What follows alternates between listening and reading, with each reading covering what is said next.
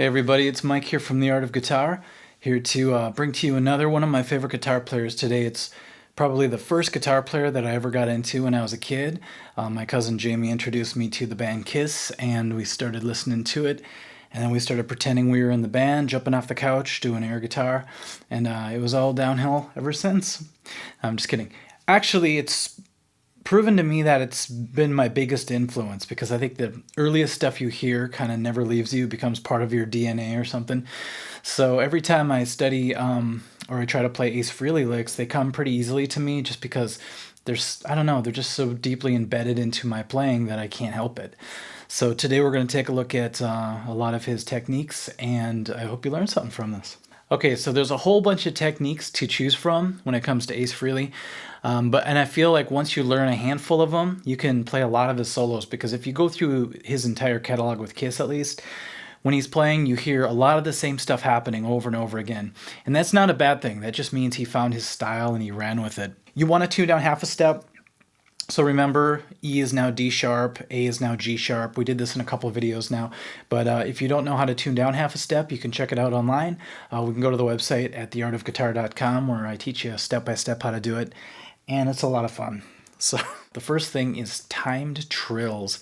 You can call this a trill, but it's kind of a slow trill, and it's with the beat of the song. So it's kind of tricky at first, you know. So you'd be playing some lick maybe in A minor pentatonic.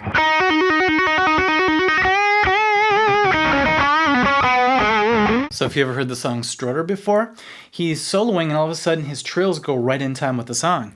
So I'll just do it in this key. So that's just an example. I just go to the second string, 5th fret, 8th fret, and we do a trill just in time with the song. As far as this technique goes, go ahead and go right down the box shape. So we have...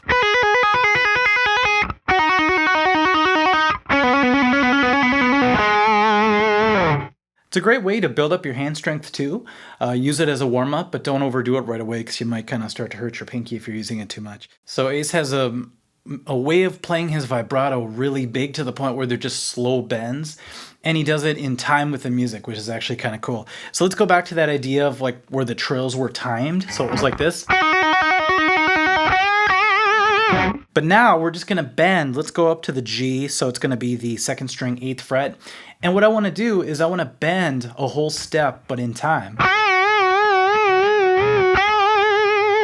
So basically, instead of just bending or doing fast vibrato, we're doing a very long, deliberate bend vibrato. Bend Brato. And anyways, it's going to basically be a full bend. It's going to kind of be like vibrato because it's consistent, but it's in time with the music. So check this out. You can do that up here, it doesn't matter.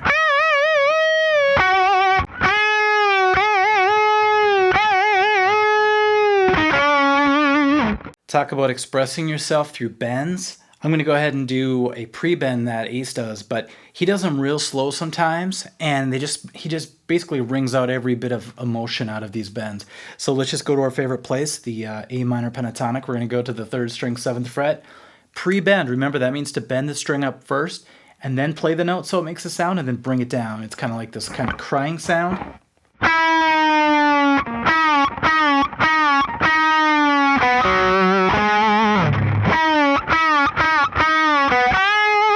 So let's do that again. Let's go to the A minor pentatonic. We'll put the first 3 techniques together real quick. The timed trills. Then the timed vibrato. Into the pre-bends.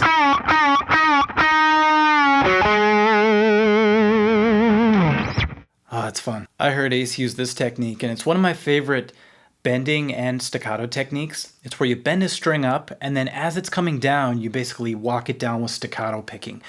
People have different ways of doing this, but check out this. Check out the way I do it here.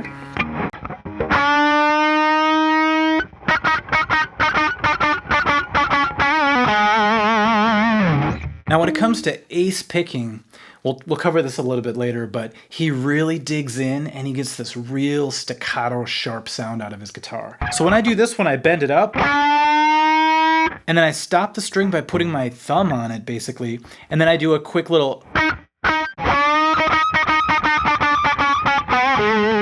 One thing that kept showing up when I was studying Ace once again is his pentatonic flutters, I like to call them. I don't really know what to call some of this stuff. I'm just making up phrases and hoping they stick. But a big thing that I kept hearing was this pentatonic hammer-on pull-off and then going to the next string flutter technique. So it's kind of like if you're trilling, it's about that fast, but you just quickly go to the next string. So it becomes this really fast blast of notes. So basically I'm starting here and I'm just going 5, 8, 5 if you just want to talk about fret numbers. And we're doing a hammer-on pull-off, but then going right to the next string on the 8th fret. So it becomes this quick little triplet. Now it's not just there for the walk down necessarily, even though he does do that exact thing on a solo, but you can actually use it as you're soloing. So you could be like this, let's say in the middle somewhere.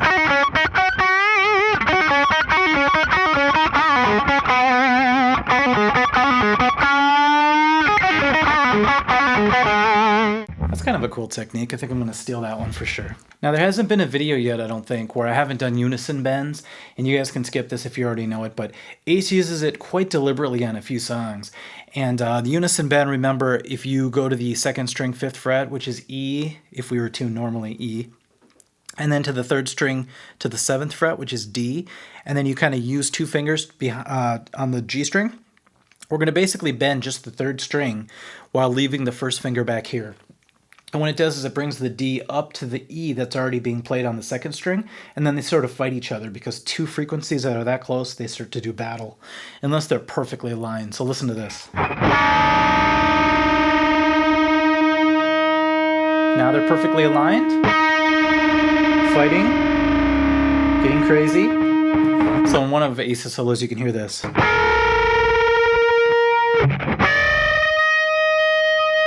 It's a great sound. A real fun thing to do when you're in pentatonic is to add another interval inside of that. So usually if people are playing, let's say, E minor pentatonic and they're up here, it's really easy just to go 12, 15, but sometimes you can add this second interval, in this case F sharp, and we're just going to do a double pull-off starting on the 15th fret, going to the 14th, and going to the 12, and it kind of creates this flutter of notes, if you will. And it's kind of easy after a while. You just have to practice it real slow and do really strong pull-offs. But if you do it in triplets, if you just do it over a certain rhythm, it sounds really cool. So maybe you're going like this.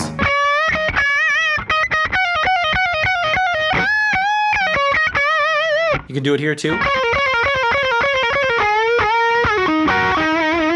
Okay, now it's time for the motif section.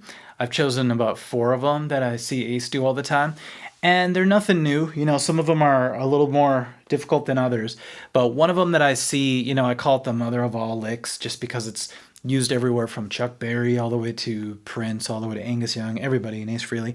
It's basically just this sounding lick.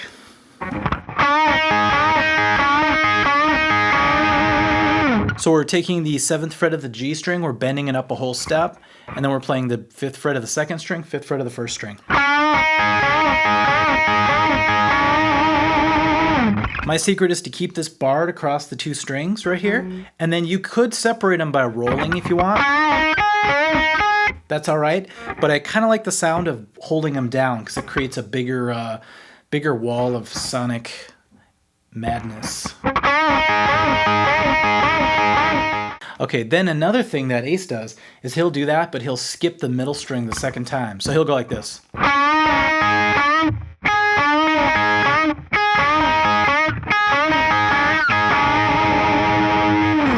So basically I'm just going, doing the same thing, the mother of all licks. And then the 2nd time I'm bending the 3rd string and killing it real quick, and then hitting the highest string.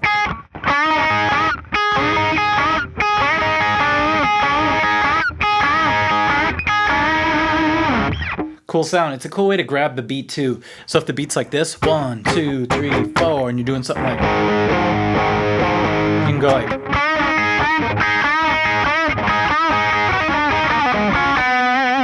and that'll lead to other licks, of course. They always do. Okay, another thing you can add to this lick is you could go back to the original one. except we're going to skip the middle note and we're going to go right to the high note. So we're going to do the bend on the third string, skip to the highest note, and then just do a pull off on the second string, 8-5.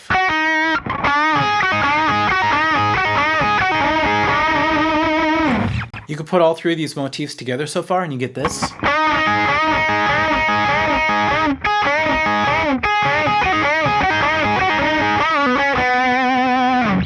Cool sound. And then the last one, this one's a little bit crazy.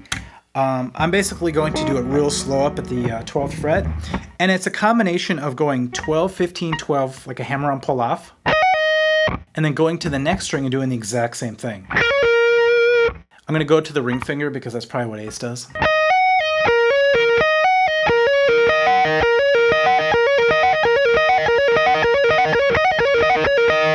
See, it's okay to keep this barred because you don't always want it to be super clean. It doesn't have to be like this, where you don't hear any kind of cross talk between the two strings. But if you bar across and you happen to get a little bit of the harmonics ringing between, that's totally fine. I actually prefer that because it kind of dirties it up a little bit, gives it a little bit of an edge. A lot of people, when they do these licks, the motifs, they also do this one where you basically go to the third string, 14th fret, bend it up, and then go to the next string and hit the 15th fret at the same time. It goes back to kind of a slash thing. He does that a lot. But what Ace likes to do is he'll do that, but he'll also do the one where you bend the third string up and then hit the first string. So you're skipping a string and going to the first string, 15th fret. Remember, you're bending only the first note and then hitting the 15th fret, in this case G, at the same time. Basically, you're going to hit it one after the other, but they're both going to ring out at the same time. That might sound familiar, kind of Hendrix does that as well, but it's a really cool way to break it up a little bit. A lot of people are expecting either the Mother of All Lick or this one, but if you throw this one in,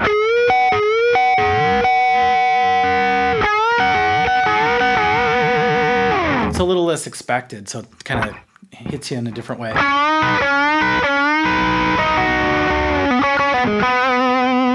Now, if you're in your pentatonic scales and you don't know what to do, you want to spice it up a little bit, maybe sound a little more like you're attacking the scale, go ahead and break in the in-between notes a little bit. So let's go from 8 to 7 to 5. We're going to do that on 3 strings, so it's going to be a little bit weird.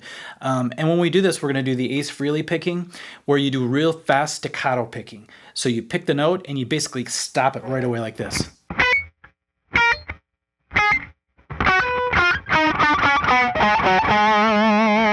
See how tight and staccato-y that is? Okay, so it's like you're walking down. You could do all downstrokes. Totally fine. You could alternate pick it if you want to, I guess.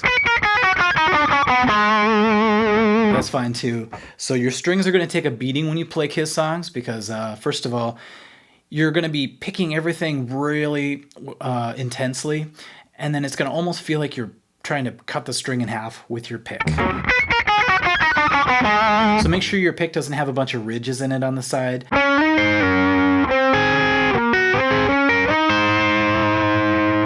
So without getting too deep into the theory right now, what I want you to do is any key that you're in, let's say it's A, we're going to start with that as our root note, and we're going to basically skip a string, and then we're going to go to the 6th fret. So we have 5 on the first string and 6 on the third string. If you play them at the same time, you could basically pick the third string and then use your middle finger, Travis picking, on the first string. You get that sound?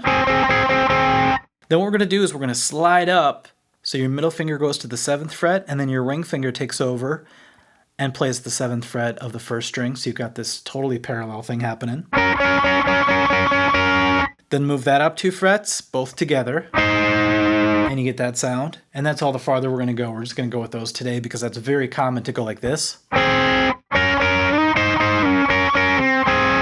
Sounds like Brown Eyed Girl.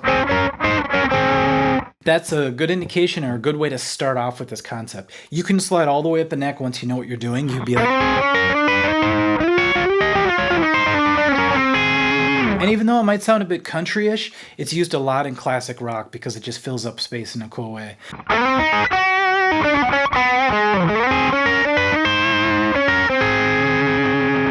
Here's a great way to squeeze some more sound out of your solo. If you're playing in A minor again, just assume almost everything today is going to be there because it's all pentatonic based pretty much.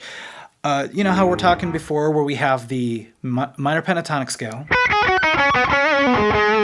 but then we have the form next to it. Remember, if you don't know your forms, you can always learn on our website, theartofguitar.com.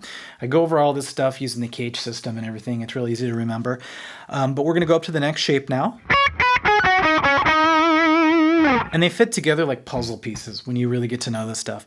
So here's a great thing to do that Ace does. Let's say you're here. You move up to that next shape. Well, right here, you're back to your A note, your root note. So here's A. What we're going to do with that particular note, which is the root note, is we're going to bend it up a step and a half. Some people are at a loss when they come up here. Some people call this the Albert King box. He played in here a lot. If you're up here playing, people know to do that. They know to bend on the first string. But when it comes to playing here, they can't seem to make this bend work.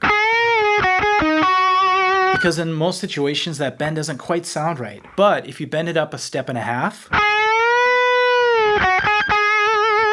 sounds like the Eagles there, doesn't it? Then it usually fits. So that's just kind of a little secret that a lot of guitar players do. When they move into the next box, the Albert King box, they'll bend normal on the high string. But when they come down to the second string,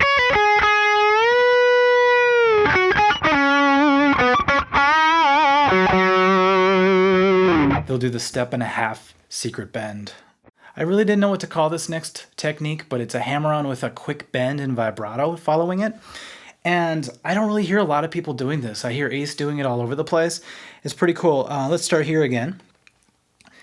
What you do is you basically do a hammer-on, let's say on the 3rd string, 5th fret to 7th fret, and then without picking any more, you're basically going to do the hammer-on, then we're going to bend right away and then shake the bejesus out of that thing. Let's check it out.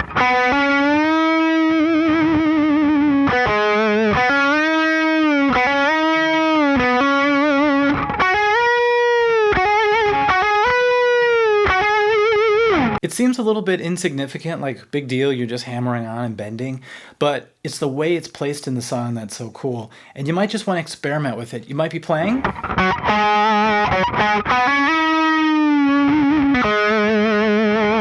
and find that it's just a different way to express something. Even though it is a very slight difference, it just feels better to me to do that sometimes than to pick everything. Just to pick it once. It actually forces you to kind of jerk the neck up too, so it'll look cooler on stage, I guess. I don't know. Now, this is something I learned early on. This sound really got into my ear, and I hear it everywhere from the Black Crowes to Jimmy Page to all sorts of guitar players. It's where you're in the minor pentatonic or the blues scale here, and instead of going right from on the 2nd string, the 5th fret to the 8th fret, we're going to throw in the 7th fret. Now, a lot of people get confused there because they don't think that's part of the scale, but if you're in certain modes like the Dorian mode, that note becomes very relevant. We're going to be doing a Stevie Ray Vaughan video pretty soon, and you're going to hear a lot of this coming up. So I'm going to call this the 6th interval here. And if you don't know what that means, don't worry about it today. I'm just here to show you some techniques, so don't get too hung up on that. But we're going to basically go to that 6th interval. So in the scale, it would be here. You can still play the flat 7, which is here. But instead of playing that flat 7, we're going to bend that 6 half a step.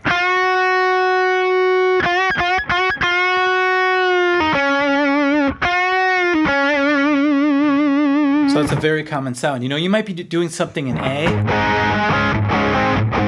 and then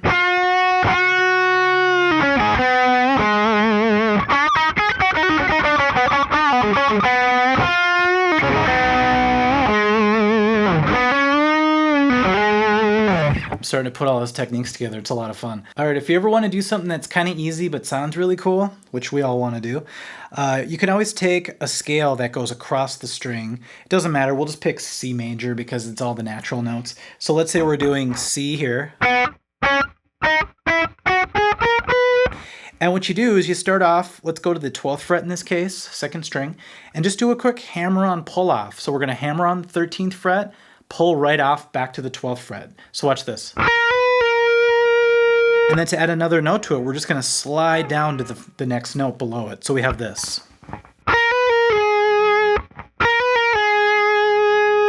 Now once we're here, we pick it again. So we've only picked once so far. Now this will be our second pick. Then we go 10, 12, 10, slide to 8. So note-wise, that'd be A, B, A, slide to G. And continue down the scale. If you do it a little faster.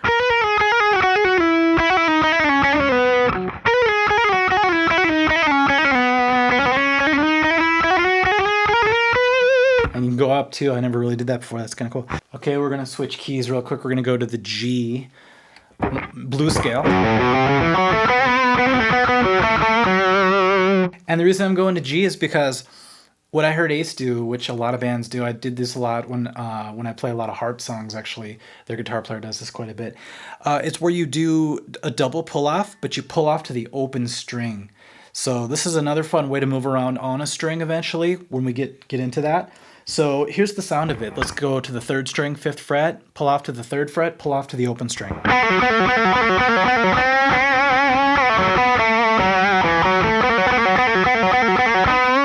Speaking of heart,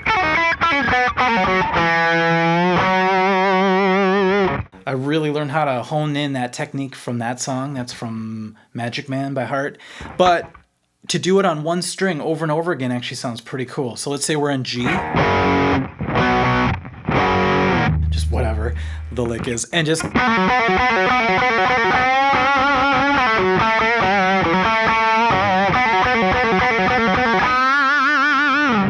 You can go to the next string, and now we're going to do a 1.5 version of the pull-off, so it's going to be 6, 3 open.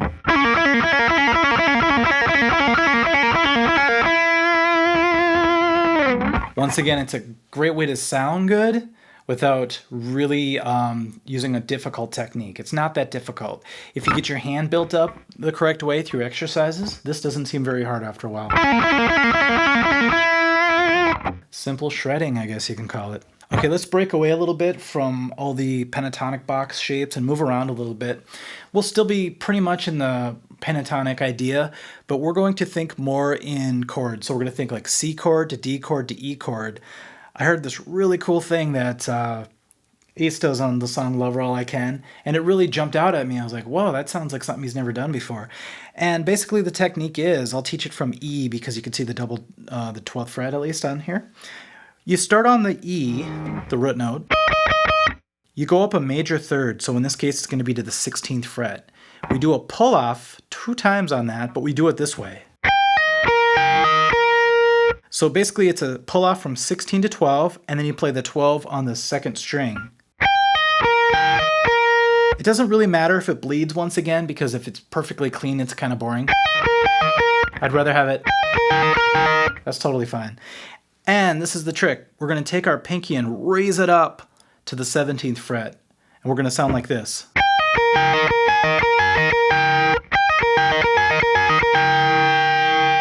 Now what we do is we move that down a whole step. Now we're in D. This isn't exactly the lick he does in that song. He kind of mixes it up a little bit, which is cool. And then we're going to go down to C, 2 frets lower. And back up to D. Let's try the front pickup, because it's always fat.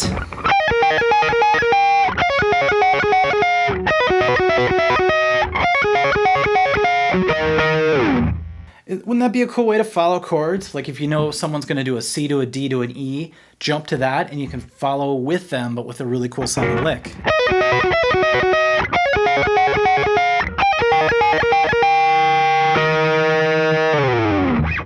So finally, something outside of the pentatonic boxes that you can do. It's fun. And I'm sure you guys will recognize what song this is from. I don't like to mention song titles necessarily all the time because I don't want you guys to just say, oh, he's teaching the songs and how to solo, because that's not the point of these videos.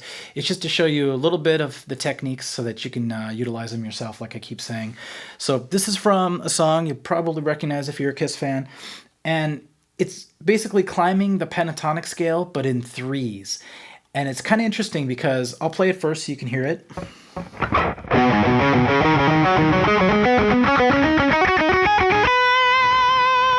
You can do it in any key you want. That was an A. Let's do D. E. I'll stick with A. This guitar needs to be set up. You can hear some buzzes, so I'll stay where it's safe. Okay, so basically what you're going to do is you're playing the pentatonic scale exclusively, but we're going to start on the second note. If this was standard tune, this would be C. And we're going to go 8, 5, 8. Then we go to the next string and we hit the 5th fret, but then we come back to the 8th fret of the 6th string and then back to the original 5th fret. So it's 8, 5, 8, 5, come back for the 8, back to 5. And we just keep climbing like that. Now it's on the 5th string exclusively, 7, 5, 7. Then we add this.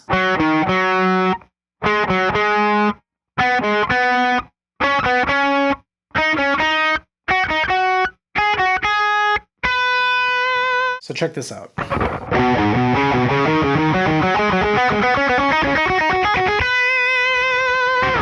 So it's a fun way to get across the scale in sort of a cool pattern. You know, you're sort of like going up a little bit, coming back, going up, and you're slowly climbing.